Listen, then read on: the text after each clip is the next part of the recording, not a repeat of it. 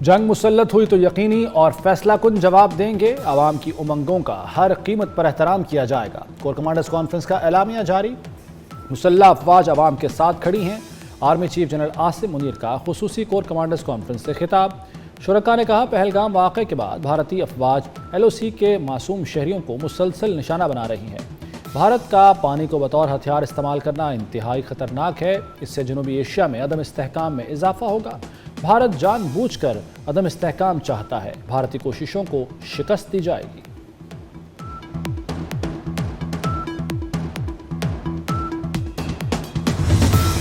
بھارتی جارحیت سے نمٹنے کے لیے وطن کے محافظ ہر دم تیار، پاک فوج کی جدید ترین ہتھیاروں کے ساتھ جنگی مشقیں جاری مساری۔ جوانوں نے پیشہ ور مہارت کا زبردست مظاہرہ کیا۔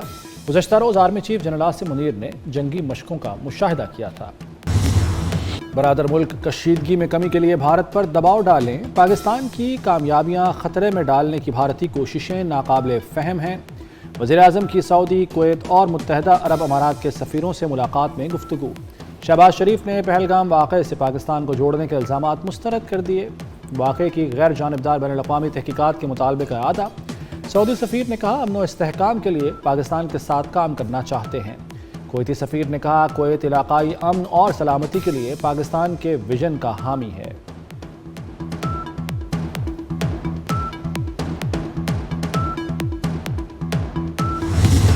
عالمی طاقتوں نے بھارت کو ٹھینگا دکھا دیا، امریکہ کی بھی مودی کو نیا تنازع کھڑا نہ کرنے کی وارننگ۔ بھارت کا پہلگام میں جعلی آپریشن نائب امریکی صدر کو رام نہ کر سکا۔ JD وینس نے کہا ہے کہ بھارت ایسا کوئی رد عمل نہ دے جو خطے میں تنازع کا باعث بنے۔ دو جوہری طاقتوں کی گرما گرمی پریشان کن ہے۔ پاکستان ایک ذمہ دار ایٹمی طاقت ہے، امید ہے پاکستان بھارت سے تعاون کرے گا۔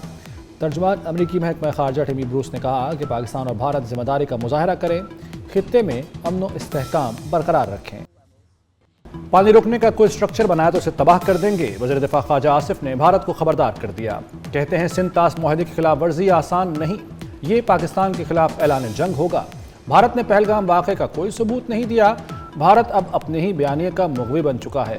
امریکی نائب صدر نے بھارت کے لیے فیس سیونگ رکھی، فیس سیونگ کی حرکت پر بھارت کے منہ پر کالک ملیں گے۔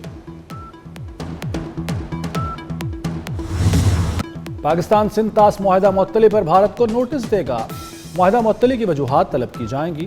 وزارت خارجہ، قانون اور آبی وسائل نے ابتدائی ہوم ورک مکمل کر لیا۔ پاکستان کا عالمی فورمز پر بھرپور احتجاج ریکارڈ کرانے پر بھی غور، تمام اقدامات وفاقی کابینہ کی منظوری سے ہوں گے۔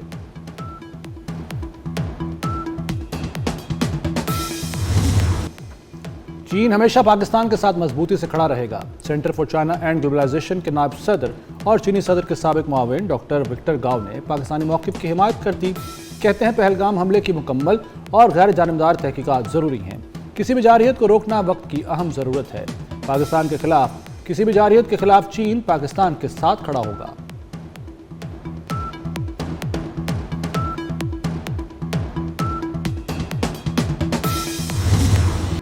پہلگام فالس فلیگ آپریشن خود بھارت کے گلے پڑ گیا، بھارتی عسکری قیادت میں پھوٹ، general Rana DG defence intelligence agency کے عہدے سے فارغ، جنرل رانا کو کالا پانی بھیج دیا گیا۔ لیکڈ رپورٹس نے بھارتی حکومت کو کٹہرے میں لا کھڑا کیا، سیکیورٹی اداروں کے کردار پر سوالیہ نشان لگ گیا۔ سربراہ ناردرن کمانڈ اینڈ نائب سربراہ ایئر مارشل کو بھی برطرف کیا جا چکا ہے۔ پاکستانی میڈیا بیانیے کی جنگ جیت گیا، حقائق سامنے لانے پر ISPR کا YouTube چینل بلاک، مودی سرکار نے ISPR کا X اکاؤنٹ بھی معطل کر دیا۔ بھارت نے وزیر اعظم کے YouTube چینل پر بھی پابندی لگا دی، وزیر اعظم کی کاکول میں کی گئی تقریر بھی ہٹوا دی۔ مودی حکومت بخلاہٹ کا شکار، بھارت میں پاکستانی کھلاڑیوں کے سوشل میڈیا اکاؤنٹس بھی بند۔ بابر اعظم، محمد رضوان، شاداب خان، حارث رؤف اور نسیم شاہ کے اکاؤنٹس بلاک کر دیے گئے۔ شاہد آفریدی اور ارشد ندیم کا بھی سوشل میڈیا اکاؤنٹ بھارت میں بند کر دیا گیا۔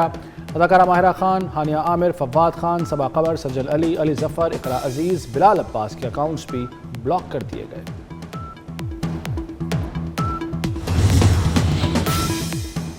میاں نواز شریف سے سینیٹر عرفان صدیقی کی ملاقات، سابق وزیر اعظم نے کہا ملک دفاع اور قومی سلامتی کے لیے پارلیمنٹ میں موجود تمام سیاسی جماعتوں کا یک زبان ہونا خوش آئند ہے۔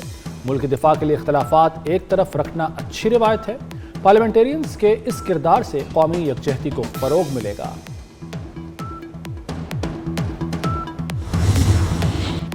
نائب وزیر اعظم بھی سفارتی محاذ پر متحرک۔ اسحاق ڈار کے پاناما اور ڈنمارک کے وزراء خارجہ سے ٹیلی فونک رابطے۔ اسحاق ڈار نے علاقائی حالات اور بھارتی پروپیگنڈے سے آگاہ کیا، بھارت کی یک طرفہ کارروائیوں پر موقف بتایا۔ پاناما کے وزیر خارجہ کا فریقین کو تحمل کا مظاہرہ کرنے کا مشورہ۔ جوہری اثاثے شبرات پر پٹاخے پھوڑنے کے لیے نہیں بنائے، بھارت نے حملہ کیا تو دنیا دیکھے گی کہ ہم کیا کر سکتے ہیں۔ مصطفیٰ کمال کہتے ہیں بھارت پاکستان کو جھکانے کے خواب دیکھنا چھوڑ دے، غزہ میں نہتے مظلوموں کو جھکا نہیں جا سکا تو بھارت ہمارا کیا کر لے گا۔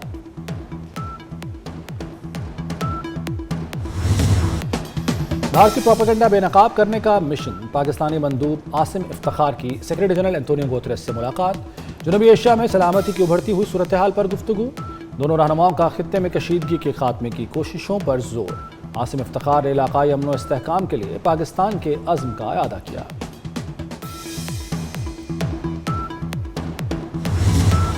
بھارت کوئی ثبوت نہیں دے سکا، امریکہ میں پاکستانی سفیر رضوان سعید شیخ کی میڈیا سے گفتگو۔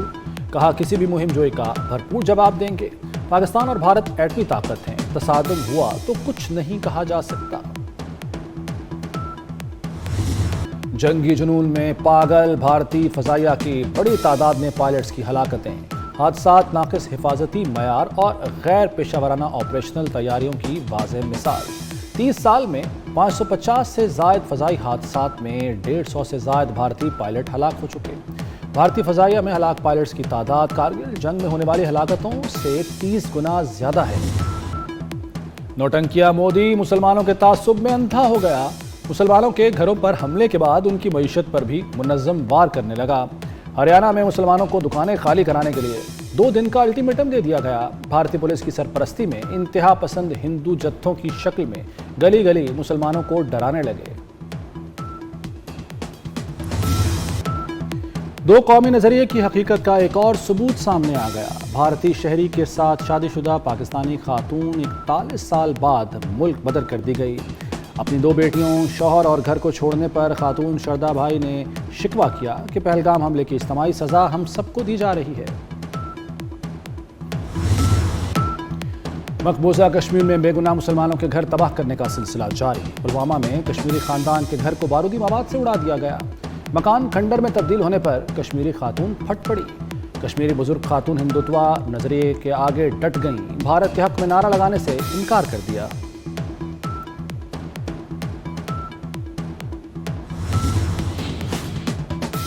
کراچی میں قومی ادارہ برائے امراض قلب کی انتظامیہ کا اچھا اقدام۔ بھارت سے بغیر علاج واپس آنے والے بہن بھائیوں کی مفت سرجری کرنے کی ذمہ داری اٹھا لی۔ اسپتال انتظامیہ نے میڈیکل بورڈ بھی تشکیل دے دیا۔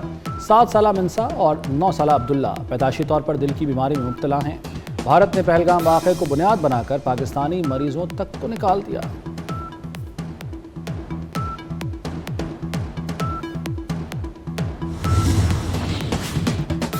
وزیر داخلہ محسن نقوی کا اسلام آباد کے شہریوں کے لیے بڑا اقدام، شاہراہوں پر غیر ضروری بیریئرز اور رکاوٹیں ہٹوا دیں۔ محسن نقوی کا ناکوں پر لمبی قطار لگانے کی بجائے چیکنگ کا طریقہ کار بھی آسان بنانے کا حکم۔ سفر میں آسانی پر شہری خوش، محسن نقوی کا شکریہ ادا کیا۔ یہ جو راستے کھلے ہیں بہت اچھا اقدام ہے۔ پہلے لوگ جو ہے وہ آگے سے جا کے ٹرن لے کے آتے تھے، اب یہ کھل گیا، یہ عوام کی بہت سہولت ہے، بہت اچھا اقدام ہے۔ ایسا تو کھول دیا ہے، یہ بہت اچھی بات ہے، ٹھیک ہے۔ یہ چوک ہے بہت بڑا، ٹھیک ہے، اس میں ہونے چاہیے سپیڈ بریکر ہونے چاہیے اور جو نا لائٹ ہونی چاہیے۔ پاکستان کی ترقی کے لیے بلوچستان میں انتشار کا خاتمہ ناگزیر ہے۔ شاہد خاقان عباسی کا دہشت گردی کے ساتھ اس کی وجوہات بھی ختم کرنے پر زور۔ کوئٹہ میں پریس کانفرنس میں تمام سیاسی جماعتوں کو قومی مسائل مل کر حل کرنے کی صلاح دے دی۔ سپریم کورٹ میں عام انتخابات میں مبینہ دھاندلی کی تحقیقات کا کیس، بانی پی ٹی آئی اور شیر افضل مروت کی درخواستیں ابتدائی سماعت کے لیے منظور۔ آئینی بینچ نے درخواستوں پر رجسٹرار آفس کے اعتراضات ختم کر دیے۔ رجسٹرار آفس کو درخواستوں پر نمبر لگانے کا حکم۔ جسٹس امین الدین خان کی سربراہی میں 5 رکنی آئینی بینچ نے سماعت کی۔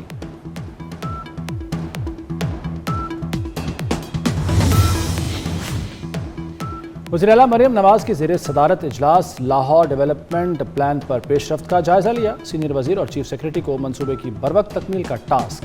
مریم نواز سے نیدرلینڈز کی سفیر کی ملاقات. دو طرفہ تعلقات، تجارت، سرمایہ کاری، کھیلوں کے فروغ پر گفتگو. مریم نواز نے کہا کہ پاکستان اور نیدرلینڈز کے درمیان دیرینہ دوستانہ تعلقات ہیں. پاکستانی فٹ بالر کائنات بخاری بھی شریک تھیں.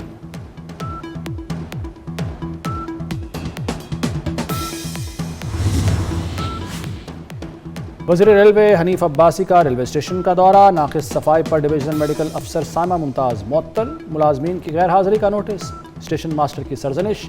وفاقی وزیر پیدل واشنگ لائن گئے. ملازمین کی کم تعداد کا نوٹس لیا.